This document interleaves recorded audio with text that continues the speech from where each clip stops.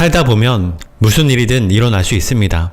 공자는 우리 인생에는 반드시 그래야 하는 일도 없고 반드시 그러지 말아야 할 일도 없다라고 했습니다. 내 인생에 절대 이혼은 없어. 그런 일은 나에게 일어나지 않아. 아이들에게 이혼 가정을 만들어줄 수 없어. 라는 생각이 문제를 더 복잡하게 만들고 스스로를 그 문제에서 헤어나올 수 없게 만듭니다.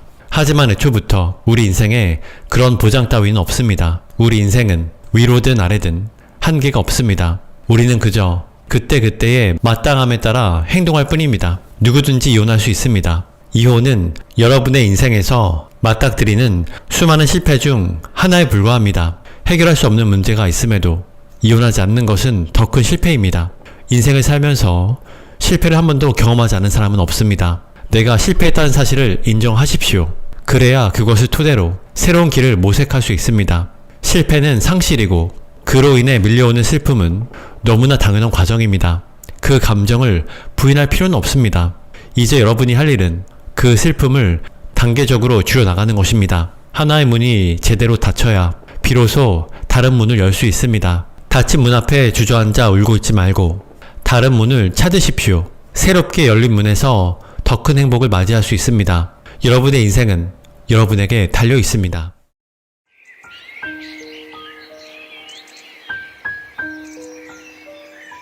안녕하세요, 책바라기입니다. 오늘 소개할 책은 결혼은 신중하게, 이혼은 신속하게입니다. 그럼 낭독을 시작하도록 하겠습니다. 프롤로그. 내가 무너져 내리던 날 24살 숙명여자대학교 경제학과에서 고려대학교 법학과로 편입한 저는 29살에 군 법무관 임용고시에 합격했고 30살에 결혼했으며 37살에 이혼을 했습니다. 이혼은 저에게 새로운 삶의 시작이자 진정한 나로 살아가게 하는 전환점이 되었습니다. 물론 그런 결론에 도달하기까지 죽을 것 같은 고통과 절망의 시간을 보내야 했지만 말입니다. 저의 30대는 시작부터 철저하게 무너져 내리는 시간이었습니다. 20대에 치열하게 공부해서 고시 합격이라는 결과를 얻었으니 당연히 안정적인 30대를 맞이하게 될 거라는 저의 기대는 산산이 조각나 버렸습니다. 사실 저의 기대는 아무런 근거도 없는 것이었습니다. 지극히 모범생이었던 저는 그동안 잘 학습해온 대로 직장을 구했으니 다음 순서인 결혼에 올인했습니다. 나이만 29살이지 삶에 대한 아무런 방향도 가치도 없던 저는 말도 안 되는 기준으로 결혼 배우자를 골랐습니다. 물론 그 과정에서 권위, 통계, 교육, 선입견 등 다양한 망상에 사로잡혀 철저하게 나 자신을 기만했습니다. 그렇게 저에게도 어김없이 여자의 일생이 시작되었습니다. 성공했다는 착각, 여자의 일생, 삶에 대한 방향 부재, 통제된 조직 생활 등 다양한 요소들이 저의 30대를 조금씩 허물어뜨렸고 이 모든 결과를 더 이상 감당할 수 없는 지경에 이르자 저는 한순간에 무너졌습니다. 과거에 대한 후회와 미래에 대한 걱정이 압도되어 있던 저는 현재를 살 수 없는 상태, 즉 심각한 우울증의 터널에 갇혔습니다. 실패를 만회할 기회도 없던 저는 이제 그만 삶을 끝내겠다는 생각과 사투를 벌여야 했습니다. 그렇게 10개월 정도의 시간이 흘렀습니다. 누군가를 원망하고 분노에 차 있던 저는 그때서야 비로소 나 자신을 돌아보게 되었습니다. 수도 없이 과거로 돌아가 스스로에게 나는 어떤 사람이지? 나는 왜 결혼했지? 라는 질문을 반복했습니다. 아, 나는 그런 사람이었구나. 맞아. 사실 나는 이런 거 싫어했지. 끊임없는 질문과 답변을 통해 저는 이제껏 견고하게 버티고 있던 철저하게 만들어진 나를 깨부술 수 있었고 비로소 가장 솔직한 나를 대면하게 되었습니다. 그때 저는 두 가지 길에 놓여 있음을 깨닫게 되었습니다. 이대로 내가 없는 삶을 살 것인가 아니면 이제라도 나로 살 것인가. 선택은 간단했습니다. 저는 도저히 제가 없는 삶을 살 수 없었습니다. 나다운 삶을 살기로 결정한 순간 저는 저를 가두고 있던 긴 우울증의 터널에서 빛을 발견하고 빠져나올 수 있었습니다. 그때서야 제 인생의 선택지에 이혼이라는 체크박스가 생성되었습니다. 그러고는 주저없이 이혼을 선택했습니다. 터널에 갇힐 때의 저와 빠져나온 뒤에 저는 완전히 바뀌어 있었고 그러자 세상이 바뀌었습니다.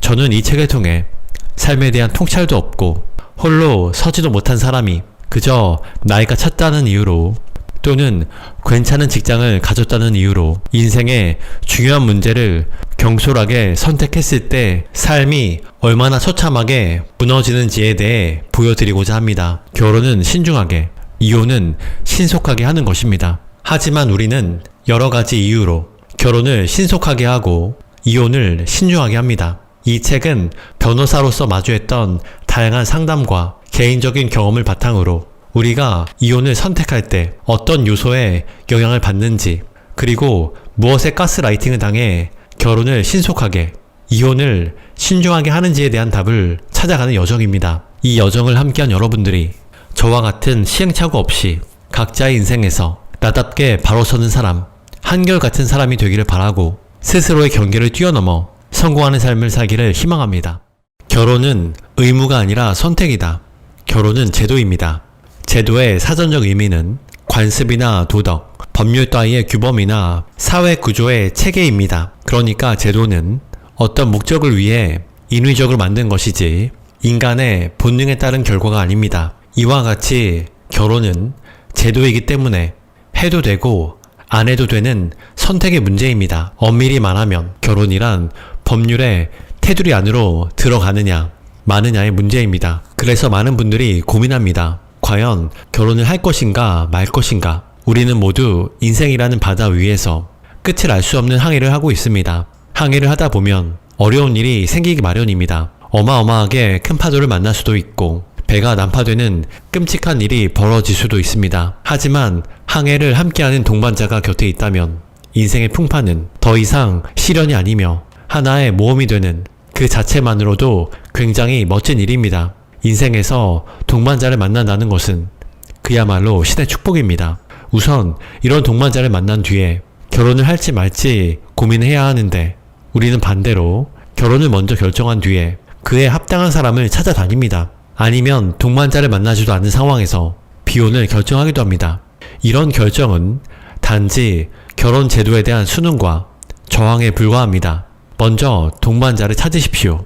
동반자는 결혼할 나이가 되었다고 해서 내 앞에 짠하고 나타나는 것이 아닙니다. 또한 동반자는 내 주변에 있는 그나마 괜찮은 사람 중에 나와 결혼할 생각이 있는 사람도 아닙니다. 동반자란 어떤 행동을 할 때 짝이 되어 함께하는 사람입니다. 그렇다면 우선 내가 어떤 행동을 하고 있어야 합니다. 내 인생의 방향을 찾아 그곳을 향해 나아가고 있어야 합니다. 그때야 비로소 상대방이 나와 함께 짝이 되어 그 길을 갈 수 있는 사람인지 알 수 있습니다. 자기 자신에 대해 탐구를 해본 적도 없고 내가 어떤 사람인지도 모르는 사람은 삶이 불안할 수밖에 없습니다. 자신이 외로운 이유도 알지 못합니다. 그러고는 외롭다, 안정을 찾고 싶다는 등의 이유로 결혼을 선택하곤 합니다. 지금 여러분이 해야 할 일은 결혼이 아니라 자신을 바로 세우는 것입니다. 동반자를 만났다면 이제 결정한 일은 법률혼에 대한 선택입니다. 두 사람이 함께 살아가는 모습은 법률혼, 사실혼, 동거 외에도 다양한 형태가 있습니다. 두 사람만의 전혀 새로운 가족의 형태를 만들 수도 있습니다. 법률혼을 한다는 것은 두 사람에게 법이 강제하는 권리와 의무가 생긴다는 뜻입니다. 그러니까 두 사람의 관계를 법이 규율하도록 허락하는 것입니다. 혼인신고는 그런 의미가 있는 법률 행위입니다. 법률혼이 해소되는 경우는 단 두 가지 뿐인데 바로 사망과 이혼입니다. 결혼은 싫어졌다고 해서 중간에 그만둘 수 있는 것이 아니고 사망과 이혼이 아니면 혼인계약을 해지할 수 없습니다. 또한 이혼 시에는 재산 분할이라는 골치 아픈 문제도 뒤따릅니다. 이와 같이 민법은 법률혼에 적용되는 게임의 규칙과 같은 것입니다. 하다못해 RPG 게임을 할 때도 먼저 규칙을 이해하기 위해 공략집을 공부하는데 심지어 여러가지 권리와 의무가 발생하는 법률혼을 결정하면서 게임의 규칙에 관심조차 두지 않는다면 그 결혼은 이미 실패가 예견되어 있다고 할 수 있습니다. 결혼은 제도이고 선택입니다. 여러분이 가장 먼저 해야 할 일은 첫째, 나를 세우고 내 인생을 살아가는 것. 둘째, 내가 바로 선 후에 동반자를 찾을 것. 셋째, 가족의 형태를 결정하는 것입니다. 이런 과정을 거치지 않고 법률혼을 했다가 이혼하거나 불행한 결혼생활로 고통받게 된다면 그 원인은 어디에 있을까요? 남자를 잘못 만나서도 여자를 잘못 만나서도 아닙니다. 준비 과정 없이 결혼부터 해버린 나 자신 때문입니다. 결혼은 해도 후회, 안 해도 후회라면 하고 후회할래요. 우리는 어릴 때부터 결혼은 해도 후회, 안 해도 후회라는 말을 들어왔습니다. 이제 이 말은 우리 사회의 진리처럼 되어버렸습니다. 그런데 이 말은 가치 중립적이지 않습니다. 그리고 결혼과 비혼의 결론을 모두 동등한 후회로 만들어버렸습니다. 결국 이 말은 사람들로 하여금 결혼을 선택하도록 만듭니다. 더군다나 이 말은 우리가 결혼을 해야 할지 말아야 할지 고민하는 결정적인 순간에 매우 큰 위력을 발휘합니다. 다시 말해 이 말은 상대방과 결혼을 해도 되는지에 대한 확신이 서지 않는 상황에서 마치 상대방과 결혼을 하기로 결정한 내 생각이 이성적인 판단의 결과물인 것 같은 착각을 하도록 만들어줍니다. 결혼을 고민하는 사람들이 결국 결혼을 선택하는 결정적인 이유는 위대한 사랑 때문도 아니고 결연한 의지 때문도 아닙니다. 놀랍게도 사소한 말과 주변의 영향 때문인 경우가 아주 많습니다.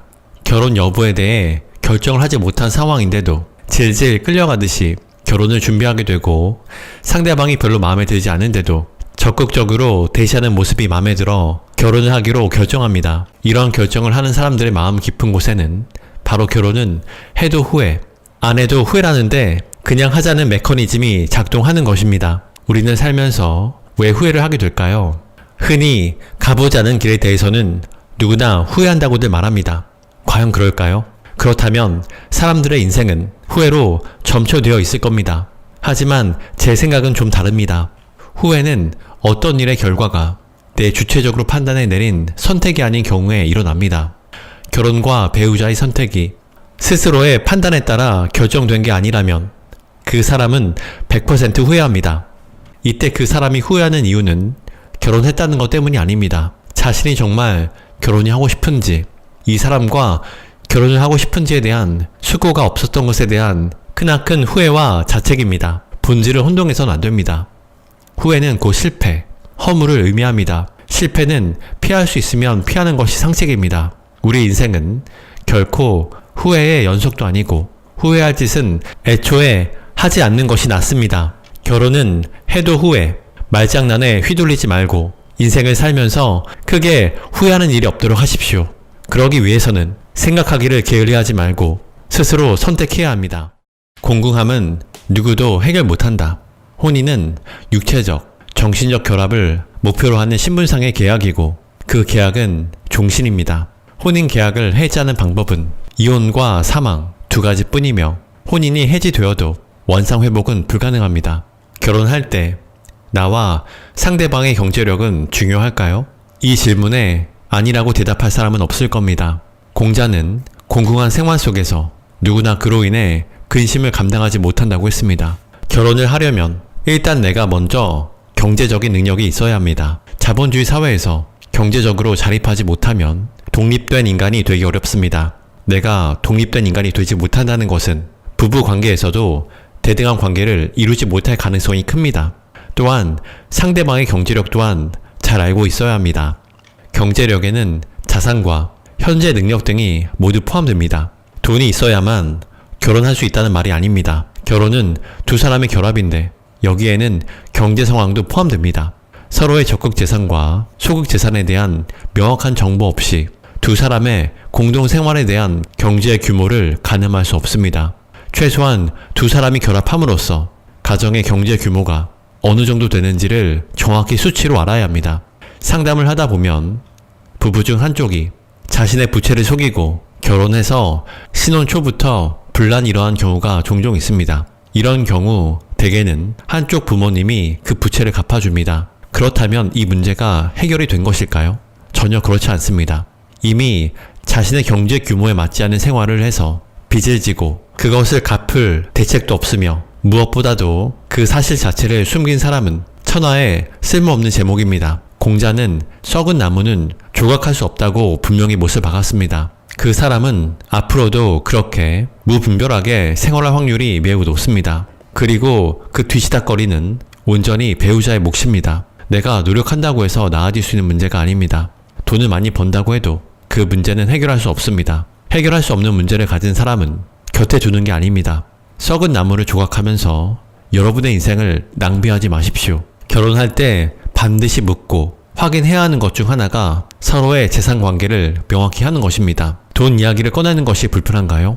돈 이야기는 행복한 결혼 생활을 위해서 반드시 필요한 절차입니다. 이혼 사유는 결혼할 때 이미 존재했습니다. 원래 그런 사람이었는데 내가 그것을 확인하지 않았을 뿐입니다. 알고도 문제를 만들기 싫어 이를 회피했을 뿐입니다. 재산 관계를 밝히기 꺼려하거나 화를 낸다면 그 사람과 결혼하지 마십시오. 그것이 결혼 후에 전혀 몰랐던 과다한 부채가 드러나거나 무분별한 소비로 인해 내 인생이 고통받는 것을 막을 수 있는 유일한 방법입니다. 주변에서 다들 이렇게 말합니다. 그럴 거면 왜 결혼했냐고. 우리는 권위에 복종하려는 경향이 있습니다. 그 권위는 다양합니다. 국가, 종교 지도자, 부모님, 선생님, 통계 수치, 신문 기사 등 객관적이며 나보다 뛰어날 거라고 믿어버립니다. 특히 매우 어려운 선택을 해야 하는 순간에 우리는 이런 외부적인 권위에 쉽게 굴복당하곤 합니다. 이것이 바로 자기 기만이자 스스로에 대한 가스라이팅입니다. 도대체 왜 그럴까요? 그렇게 하는 게 편하기 때문입니다. 그럴 거면 왜 결혼했냐는 말에 맞아, 권위 있고 통찰력 있는 분의 말씀이 오라. 이혼이라는 생각은 나쁜 거야. 내가 더 노력해야 돼 라고 복종했다면 그것은 내가 그렇게 하는 것이 좋고 편해서 한 선택입니다. 이혼은 복잡합니다. 당장 대화가 되지 않은 상대방과 대화를 시도해야 하고 복잡하고 두렵고 걱정스러운 절차도 거쳐야 합니다. 누구나 하기 싫고 두려운 과정입니다. 그래서 권위라는 힘을 앞세워 나 자신을 복종시키고자 하는 것입니다. 고통스럽기는 해도 이미 익숙해진 고통 속에서 현상을 유지하는 것이 편합니다. 하지만 이혼은 새로운 고통입니다.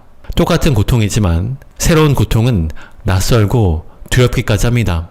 그것은 도전입니다.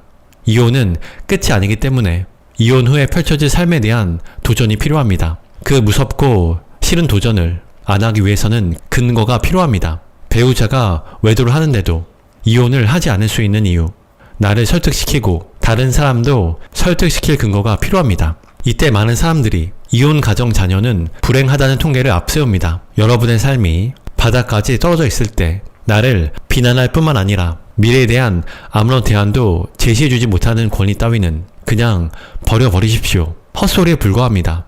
영향받지 마십시오. 그리고 문제를 회피하지 마십시오. 스스로 생각하고 선택하십시오. 모든 문제는 해결책이 있습니다. 해결책이 없는 문제는 있을 수가 없습니다. 그러니 모든 선택의 가능성을 열어놓고 함부로 죄책감에 빠지지 마십시오. 모든 권위에서 자유로워져야 합니다.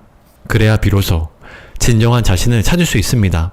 그때서야 나라는 사람을 깊게 들여다볼 기회가 찾아옵니다. 저랑 성격이 좀 안 맞긴 하지만 다 좋을 수는 없잖아요. 맞습니다. 다 좋을 수는 없습니다. 상대방이 모든 것을 완벽하게 갖추었을 거라는 기대는 해서는 안 됩니다. 공자 역시 한 사람이 모든 것을 완벽하게 갖추고 있을 것을 바라지 말라고 했습니다. 그렇다면 우리가 배우자를 선택할 때 모든 것을 포기한다 하더라도 반드시 체크해야 하는 것은 무엇일까요? 이는 우리 인생에서 가장 중요한 한 가지이기도 합니다. 그것은 바로 직입니다. 공자는 사람을 사람답게 해주는 것이 직이며 직이 없는 삶을, 여기서 직은 고듬을 의미합니다. 그렇다면 우리는 누구에게 굳어야 할까요? 바로 나 자신입니다. 우리는 다른 사람이 아닌 자기 스스로에게 정직해야 합니다.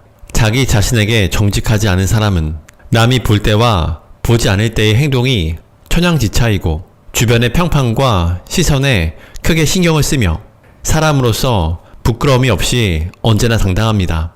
아무리 좋은 직업, 경제적 부유함, 멋진 외모, 유창한 말솜씨 등 좋은 조건으로 포장하고 있다 하더라도 스스로에게 직하지 않은 사람은 반드시 피해야 합니다. 한 사람이 모든 것을 갖출 순 없지만 자신에게 정직한 것은 모든 조건이 바로 설 수 있는 기본 바탕이기 때문입니다.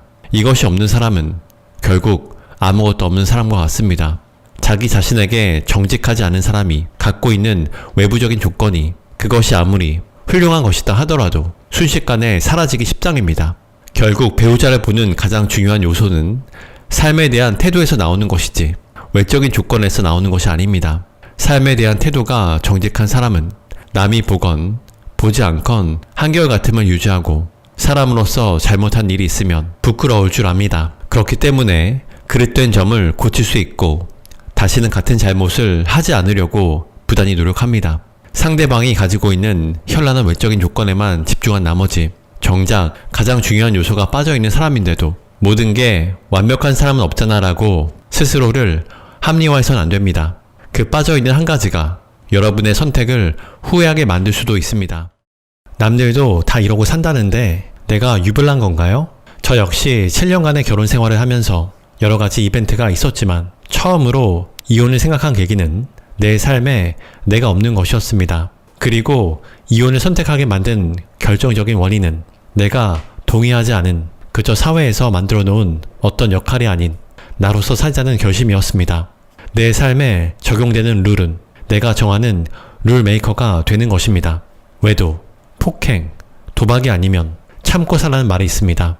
왜냐하면 그놈이 그놈이고 남들도 다 그렇게 살기 때문이라는 이유입니다. 하지만 이런 통설은 문제의 본질을 대단히 심각하게 왜곡하고 있습니다. 첫째, 여러분이 이혼을 결심하는 이유는 새로운 사람을 만나 재혼하기 위해서가 아닙니다. 그러니까 그놈이 그놈인 것과 지금 배우자와의 해결할 수 없는 문제로 인해 이혼을 결심하는 것은 아무런 관련이 없습니다. 둘째, 남들도 다 그러고 살지 않습니다. 우리 각자는 자신만의 고유한 삶을 살아갑니다. 하지만 어릴 때부터 개성을 말살하고 자신을 다수 집단에 범주하는 것에 익숙해져 있는 우리는 스스로 소속시킬 가정이 있어야만 안정적이라고 믿습니다. 그러나 안정은 나에게서 나오는 것이지 결코 결혼이나 가정 그 자체에서 나오는 게 아닙니다. 또 하나 우리가 잊고 있는 중요한 사실이 있습니다. 인생은 정체되어 있지 않으며 끊임없이 이어지는 파도와 같다는 것입니다. 결혼과 이혼 역시 그 수많은 파도 중 하나입니다. 어느 순간에도 삶은 계속됩니다. 하지만 우리는 변화는 곧 실패라는 맹목적인 믿음을 바탕으로 현상을 고수하기 위해 부단히도 애를 씁니다. 행복하기 위해 했던 결혼이 어느 순간부터 그 자체로 지켜내야 하는 인생의 신성한 목표로 변질되고 이혼은 무책임과 실패의 대명사가 됩니다. 그러고는 도저히 참을 수 없는 지경에 이르렀는데도 그것을 참아내고 이것이 인생이라고 말합니다. 나답게 살기 위한 결혼을 해야 하고 나답게 살기 위한 이혼을 해야 합니다. 결혼도 이혼도 나답게 살기 위한 스스로의 선택이어야 합니다. 나답게 살 수 있을 때 나는 가장 이타적일 수 있고 비로소 내 삶을 책임질 수 있습니다. 사실 내가 없는 삶을 산다는 것 자체가 허구입니다. 지금 여러분이 자신으로 살고 있지 못하다면 그것은 충분히 이혼 사유가 됩니다. 이혼 사유를 법리적으로 구성하는 것은 그 후의 문제입니다. 재혼은 탈출구가 아니다. 어떤 상담자는 다음과 같이 말했습니다. 그놈 만나 지금까지 이렇게 고생하고 살았는데 나도 좋은 남자 만나 호강하며 행복해야 하지 않겠어요? 이 상담자는 이혼도 하기 전에 행복한 재혼을 꿈꾸고 있었습니다. 나의 결혼 생활이 불행했다면 그 원인이 누구에게 있을까요? 내가 남자를 잘못 만나서일까요? 안타깝게도 상담자는 자신의 결혼 생활이 불행한 이유에 대한 원인 분석이 전혀 되어 있지 않았습니다. 상담자는 내가 왜 이렇게 되었는지, 내가 왜 이런 불행한 삶을 살고 있는지에 대한 철저한 반성과 성장이 전혀 없는 상태였습니다. 남자를 잘못 만나 불행하게 살았어라는 원망과 분노만이 가득한 상황에서 저 사람과 이혼하고 다른 사람을 만나면 행복할 거야 라는 결론에 도달할 수밖에 없습니다. 그런 사람들에게 재혼은 구원이자 탈출구로 여겨집니다. 그러나 법률혼은 한 번으로 족합니다. 설령 재혼을 하더라도 그 타이밍이 정말 중요합니다. 먼저 내 결혼 생활이 실패한 원인이 무엇인지 철저하게 분석해야 합니다. 실패한 가정에 어떤 문제가 있었는지 알아야 합니다. 부부 중 어느 한쪽에만 문제가 있는 경우는 없습니다. 설령 상대방에게 100% 문제가 있는 경우라 하더라도 그런 사람을 결혼 상대자로 선택했던 통찰이 없는 나도 큰 문제입니다. 사업에 실패하면 그 실패에 대해 분석합니다. 똑같은 시행착오를 반복하지 않기 위해 최선의 노력을 합니다. 그런데 정작 자신의 인생은 왜 그렇게 소홀하게 생각하십니까? 사업보다 내 인생이 더 중요합니다. 내 삶이 바로 서야 경제활동도 잘하고 돈도 벌고 좋은 사람도 만날 수 있는 것입니다. 그렇지 않은 상태에서는 아무것도 안 됩니다. 아직 이혼도 안 했는데 좋은 남자부터 찾아서는 안 됩니다. 결혼은 신중하게 해야 합니다. 재혼이라면 더더욱 그렇습니다. 첫 번째, 결혼의 실패와 이혼으로 인해 몸도 마음도 피폐해져 있습니다. 극도의 외로움을 느낄 수 있습니다. 모든 것이 무너져 내린 상태입니다. 그런 상태에서 섣불리 결정한 재혼은 여러분의 인생을 나락으로 떨어뜨릴 것입니다. 그 어려운 이혼을 통해 겨우 자유롭게 나답게 살 수 있는 기회를 얻었는데 왜 나를 탐구하지 않은 채 섣불리 재혼을 결정해야 합니까? 지금 급한 것은 재혼이 아닙니다. 나 자신을 바로 세울 때입니다. 그래도 없는 것보다 있는 게 낫지 않나요? 그래도 없는 것보다 있는 게 낫지. 이 말은 이혼을 신속하게 선택하지 못하도록 하는 가장 강력한 장애물 중 하나입니다. 여러분의 생각은 어떻습니까? 사실 이 말은 지금 당장보다도 노년이라는 먼 미래나 내가 누군가의 도움이 필요할 때를 염두에 둔 것입니다. 나이가 들거나 병이 들었을 때 옆에 누군가가 있어서 함께 의지하고 서로를 돌봐주는 것은 분명히 멋진 일입니다. 여기서의 포인트는 그저 옆에서 존재하는 것이 아니라 협력에 있습니다. 하지만 애정과 신뢰가 없는 부부가 병들거나 늙었을 때 서로 병간호를 해주고 보살펴주고 묵묵히 서로의 곁을 지켜줄까요? 오랜 시간 함께한 사람이 늙고 병들었다면 그때라도 옆을 지켜주는 게 인지상정일 겁니다. 미운 정이나 의리라도 말입니다. 그런데 지금까지 단 한 번도 그러지 않았던 사람이 어려운 시기가 닥쳤을 때 갑자기 그럴 거라고 믿는 이유는 무엇인가요? 우리는 상실을 무서워합니다. 없는 것보다 있는 게 낫다는 말 역시 상실을 겪고 싶지 않은 마음의 표현입니다. 하지만 안타깝게도 우리의 삶은 상실의 연속입니다. 결국 우리 자신도 소멸하는 것이 인생입니다. 우리는 상실과 이별에 익숙해져야 합니다. 그것이 건강한 삶입니다. 상실이 있기에 비로소 새로운 시작이 가능합니다.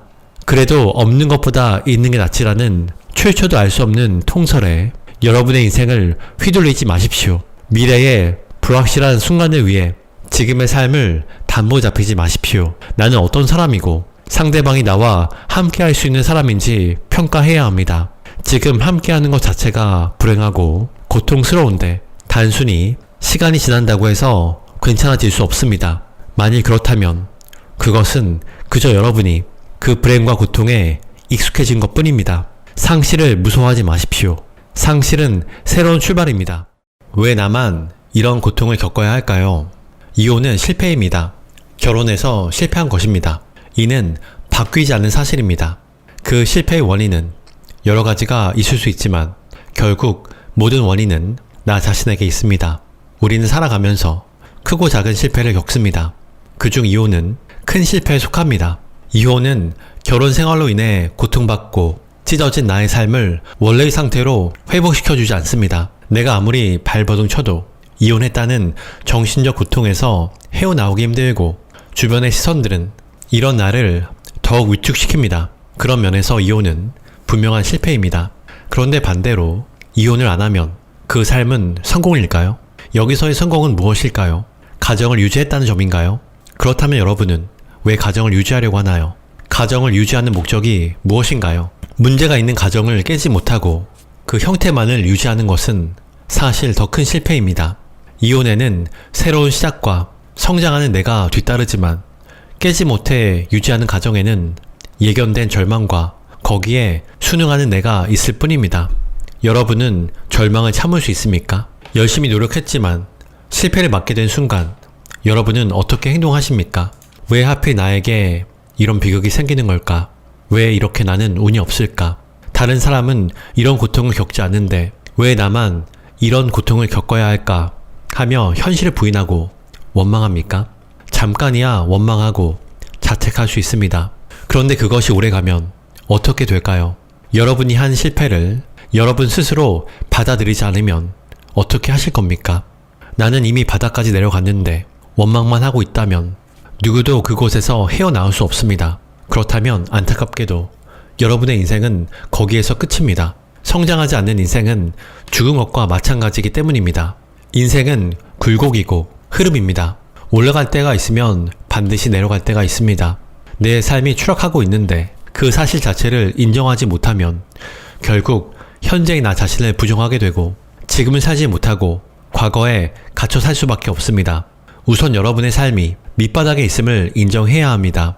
희망적인 사실은 내가 바닥까지 떨어졌다는 것은 이제 올라갈 일만 남았다는 것입니다. 하지만 내가 추락하고 있다는 것 자체를 부정하면 여러분은 올라오는 에너지를 모으지 못해 침전 상태에서 머무르게 될 것입니다. 자기 기만으로 추락한 사실을 부정했으니 올라갈 필요도 없는 것입니다. 인생의 하강 곡선에서 내려가지 않으려 발버둥 치지 말고 차라리 빨리 바닥까지 내려가십시오. 수영할 때 다리에 쥐가 나는 경우를 생각해 보십시오. 쥐가 나면 아프니까 다리를 모으게 됩니다. 그러면 뭉친 근육이 풀리나요? 오히려 더 뭉칩니다. 뭉친 근육을 풀어주려면 순간은 고통스러워도 참고 다리를 확 펴주어야 합니다. 늪은 그 끝이 보이지 않아 공포스럽고 그렇기 때문에 우리는 더 깊이 빠지지 않으려고 안간힘을 씁니다. 그 늪이 얼마나 깊은지 가늠할 수 없지만 분명한 것은 늪의 밑바닥은 단단하다는 것입니다. 밑바닥에 닿아야 비로소 우리는 위로 올라갈 에너지를 모을 수 있습니다. 우리는 제사나 장례를 지낼 때 곡을 합니다. 곡은 일정한 격식을 갖추어내는 울음으로 각각의 단계가 있습니다. 곡의 각각의 단계를 거치면서 우리는 친지를 잃어버린 지극한 슬픔을 줄여나가고 결국 다시 일상으로 돌아오게 됩니다. 이것이 바로 공자가 말하는 슬퍼하되 그것이 지나쳐 몸을 상하게 하지 않도록 하는 것입니다. 슬픔의 핵심은 바로 절제에 있습니다. 이혼은 여러분의 인생에서 맞닥뜨리는 수많은 실패 중 하나에 불과합니다. 해결할 수 없는 문제가 있음에도 이혼하지 않는 것이 더 큰 실패입니다. 인생을 살면서 실패를 한 번도 경험하지 않은 사람은 없습니다. 내가 실패했다는 사실을 인정해야 합니다. 그래야 그것을 토대로 새로운 길을 모색할 수 있습니다. 실패는 상실이고 그로 인해 밀려오는 슬픔은 너무나도 당연한 과정입니다. 그 감정을 부인할 필요는 없습니다. 이제 여러분이 할 일은 그 슬픔을 단계적으로 줄여나가는 것입니다. 하나의 문이 제대로 닫혀야 비로소 다른 문을 열 수 있습니다. 닫힌 문 앞에 주저앉아 울고 있지 말고 다른 문을 찾으십시오. 새롭게 열린 문에서 더 큰 행복을 맞이할 수 있습니다. 여러분의 인생은 여러분에게 달려 있습니다.